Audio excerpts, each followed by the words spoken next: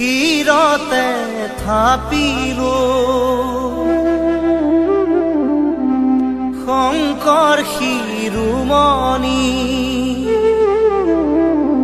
কণ্ঠতে থাপিলো নাম হৃদয়ত থাপিলো দুয়োজনা গুৰু যেতিয়াই বিচাৰো পাম ও ৰাম ৰাম গুৰু আমাৰ প্ৰাণৰে প্ৰাণ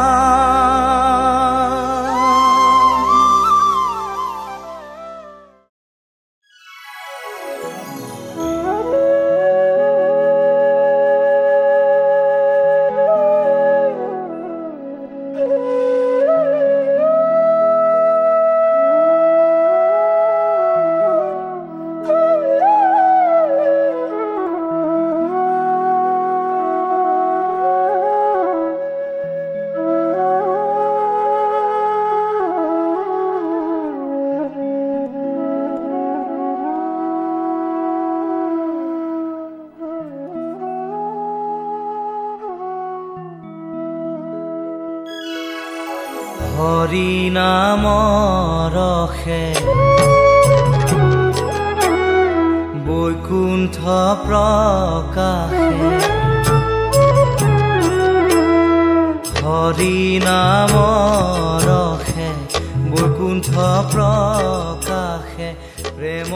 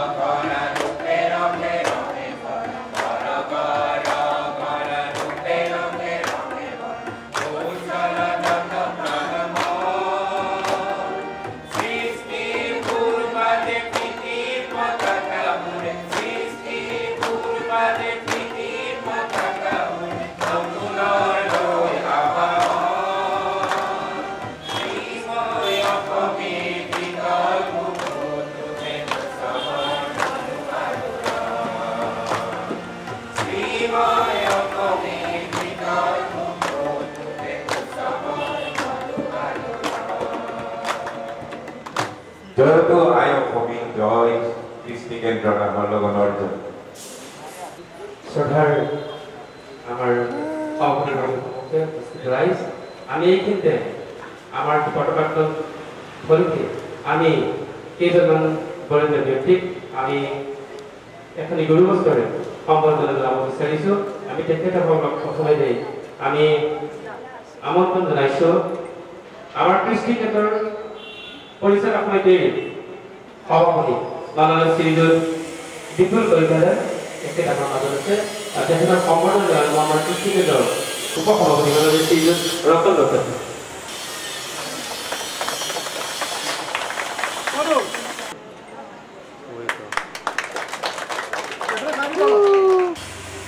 Clap.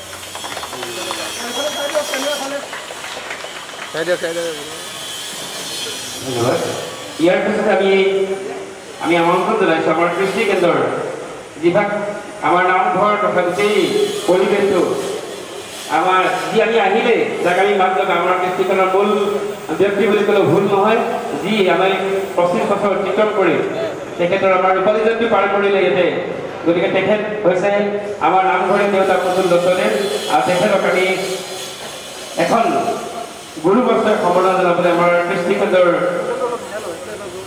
এডভাইজৰ তথা উপদেষ্টা মাননীয় শ্ৰীযুত বিজয় শইকীয়াদেৱক আমি অনুৰোধ কৰিছোঁ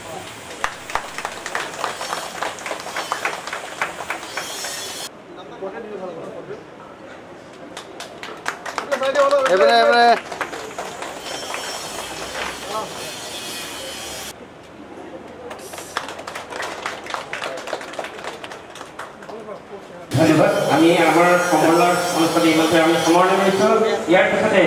আমাৰ কৃষ্টি কেন্দ্ৰ নাহৰগুনৰ যি আমাৰ সোণালী জয়ন্তী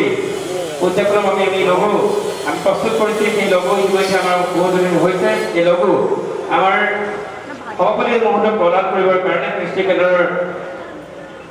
সোণালী জয়ন্তী উৎসৱ সমিতিৰ সম্পাদক শ্ৰী ৰাহুল চৌধুৰীক আমি অনুৰোধ কৰিছোঁ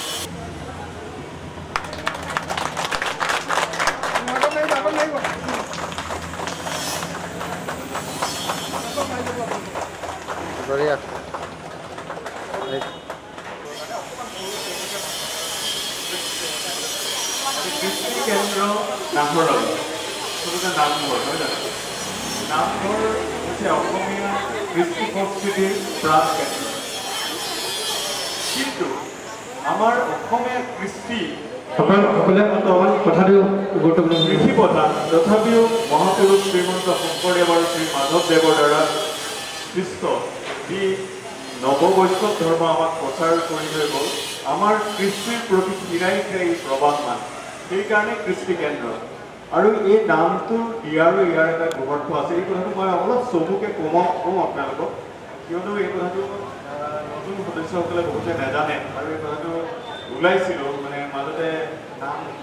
লিখাৰ সময় থাকিলে নামঘৰ লিখা হোৱা নাই কৃষ্টি কেন্দ্ৰ কিয় লিখা হৈছে এই কথাটো ক'বলৈ গ'লে আমি অকল 1974 চনলৈ ঘূৰি যাব লাগিব 1974 চনত যেতিয়া অৰুণাচলৰ ৰাজধানী শ্বিলঙৰ পৰা স্থানান্তৰিত হৈ নাহৰ লগত ইটানগৰ কৈছিল এই জেগাখনকো ইটানগৰ বুলি কৈছিল আৰু বৰ্তমানৰ ইটানগৰখনক নিউ ইটানগৰ কৈছিল তালৈ যেতিয়া আহিল তেতিয়া আমাৰ তাতে সেই সময়ত অৰুণাচল চৰকাৰৰ ছেক্ৰেটেৰিয়েটত কাম কৰা যিসকল বিষয় কৰ্মচাৰী আছিল মুষ্টিমেয় কৰ্মচাৰী আছিল অসমীয়া কৰ্মচাৰী তেওঁলোকে ইয়ালৈ আহিব লগা হ'ল ইয়ালৈ আহি ইয়াতে চৰকাৰী আৱাসত বাস কৰিলে এই কথাখিনি ঠিক জুলাই আগষ্ট মানৰ মাৰ্চৰ পিছত মানে এপ্ৰিল মে মানত সেই কাৰবাৰখিনি আৰম্ভ হ'ল জুলাই আগষ্ট মানত সকলোৱে কোৱাৰ্টাৰত শান্তিত ল'ল আমাৰ অসমীয়া মানুহবিলাকৰ যেতিয়া গুৰু জয়ন্তী আহে বা কৃষ্ণ জন্মাষ্টমী আহে সদায় গা ইচ্ছাত পিছাত কৰে যে কিবা এটা কৰিব লাগিছিল এই ব্যক্তিসকল সেই সময়ৰ ব্যক্তিসকল তেওঁলোক সদায় সন্ধ্যা লগা সময়ত লগ পাইছিল কাৰণ তেতিয়া বাট পথ এতিয়াৰ দৰে নাছিল গাড়ী ঘোঁৰা নাছিল অফিচৰ পৰা অহাৰ পাছত ইজনে সিজনক লগ পাইছিল সকলোৱে আলোচনা কৰিলে যে আহক আমি কিবা এটা কৰোঁ আৰু সেইসকলৰ ভিতৰত চবতকৈ আগ্ৰহী আছিল মানে একেবাৰে যেতিয়া য়ং আছিল তেখেত এতিয়া বৰ্তমান তেখেতে আমাৰ মাজত নাই তেখেতৰ পুত্ৰ সন্তান আৰু পুত্ৰী ইয়াত আছে আমাৰ মাজত তেখেত মোহন দাস তেখেতৰ তেখেত খুব আগ্ৰহী আছিল তেখেত আৰু ৰেৱতী মোহন হাজৰিকা তেওঁলোক কেইজনমান ব্যক্তি তেনেকৈ ডাক্তৰ বিকাশ শইকীয়া প্ৰভাত দাস আৰু এজন আছিলে প্ৰভাত শইকীয়া নহয়নে আৰু তেখেতলোকৰ পিছত আহিছিল অৱশ্যে হেৰাম মহন্তহঁত তেওঁলোক পিছত আহিছিল যি নহওক সেই আৰু আছিল তৰুণ চন্দ্ৰ হাজৰিকা তেওঁ ইয়াৰ ইঞ্জিনিয়াৰ আছিল তেওঁ প্ৰজেক্ট ডাইৰেক্টৰ আছিল এই কেপিটেল এষ্টাব্লিছমেণ্টৰ তেওঁলোকে যেতিয়া আলোচনা কৰিলে যে কি কৰা যায় 1974 চনত 527তম মহাপুৰুষ শ্ৰীমন্ত শংকৰদেৱৰ গুৰু জয়ন্তী উদযাপনৰ কাৰণে তেওঁলোক প্ৰথম একত্ৰিত হ'ল আৰু আমি ইয়াত দেখিছোঁ সদায় এই যে ইঞ্জিনিয়াৰিঙৰ এটা অফিচ আছে এতিয়া আগতে সেইটো গেৰেজ আছিল প্ৰথমতে একেবাৰে তাতেই শ্ৰীমন্ত শংকৰদেৱ গুৰুজনাৰ জন্ম জয়ন্তী নাহৰ লগনত প্ৰথম তাতে পাতিলে তাৰপিছতে তেওঁলোকে অনুভৱ কৰিলে যে আমাৰ এটা স্থায়ী জেগা হ'লে ভাল কাৰণ আমি সন্ধ্যা গুৰুবন্তি জ্বলাই নাম কীৰ্তন কৰিব লাগে আৰু জন্মোৎসৱ পাতিব লাগে তাৰপিছত সেই চিন্তাটোৰে তেতিয়া তেওঁলোকে চিন্তা কৰি ঠাই বিচাৰিলে ঠাই বিচাৰি এই জেগাটুকুৰা বৰ্তমানৰ এই ঠাইটুকুৰা পালে এই বৰ্তমানৰ এই ঠাইটুকুৰা তেতিয়া ইমান সমতল নাছিল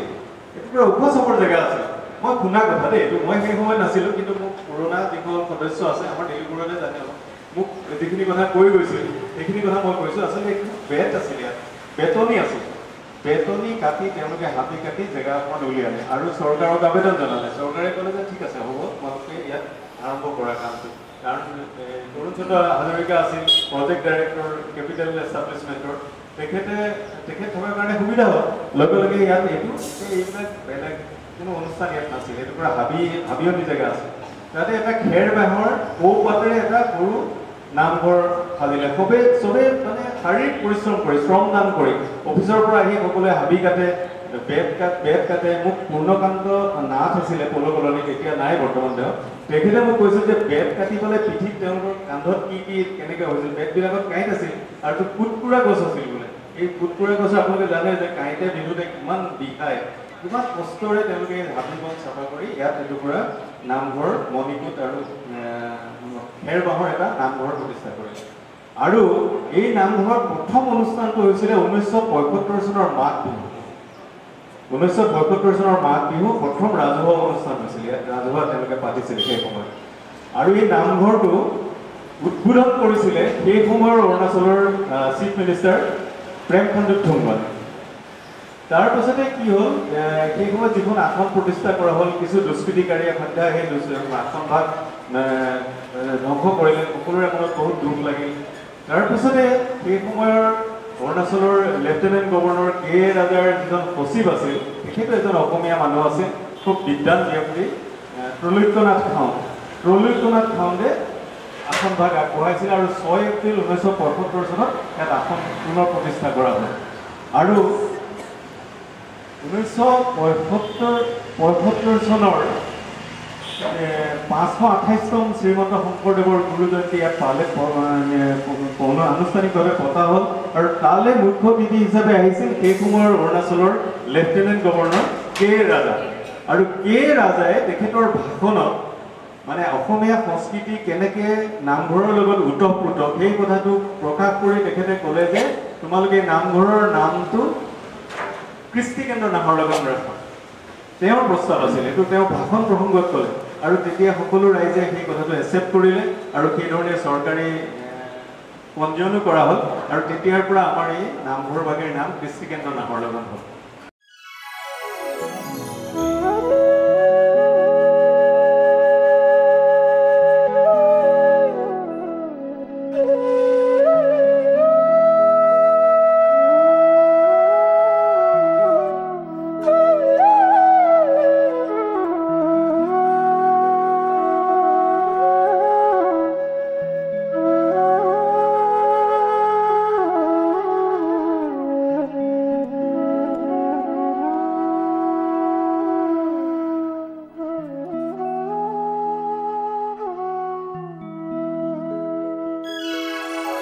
হৰি নাম ৰখে বৈকুণ্ঠ প্ৰকাশে হৰি নাম ৰখে বৈকুণ্ঠ প্ৰকাশে প্ৰেম অমৃতৰ নদী শ্ৰীমন্ত শংকৰে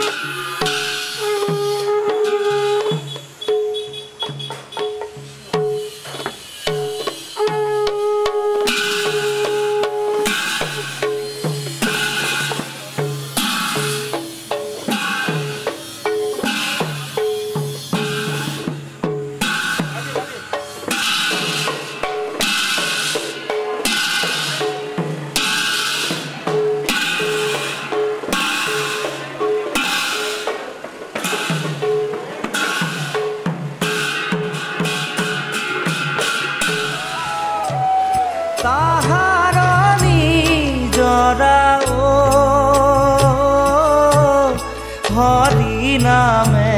মূল ধাৰা হৰি নামে